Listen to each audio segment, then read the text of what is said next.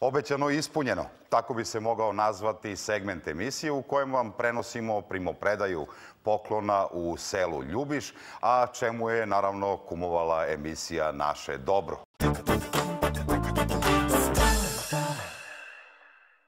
Prilikom nedavnog gostovanja u emisiji Naše dobro, Nikola Draganić iz Guče, poznati proizvođač, odnosno uzgajivač prepelica, somborskih kaporki i proizvođač prepeličih jaja, obećao je da će prvi gledalac koji se javi u emisiju dobiti inkubator. Prvi koji se javio u redakciju, odnosno u tokom emisije, bio je Ljubiša Smiljanić iz zlatiborskog sela Ljubiš. On je dakle bio dobitnik inkubatora, a Nikola je svoje obećanje i ispunio. Dakle, nije bila samo prazna priča.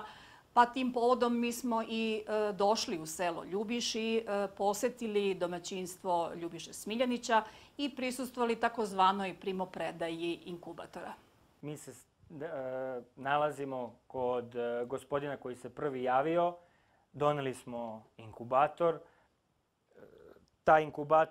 U taj inkubator mogu da se inkubiraju bilo koja jaja. Znači, gospodin neće morati da inkubira samo prepelice, ali jedno od mojih, da kažem, ciljeva je bilo da i tu pticu približim što više ljudima, tako da ja sam poklonio gospodinu prepeličji jaja i ubacio i njega u posao sa prepelicama.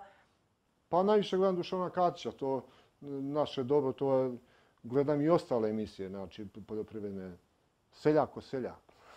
Agro TV gledam non stop, Dušanove emisije su dobre, znači siguran sam u to i kao što uverili smo se sad u pravo što jest tako. Pa ja računam da ću to naproleće početi, neću pre, a uz Ničovu pomoć to ću sve odraditi kako treba. I uz moje iskustvo, normalno uz Nikolina što se tiče prepeličnih jaja.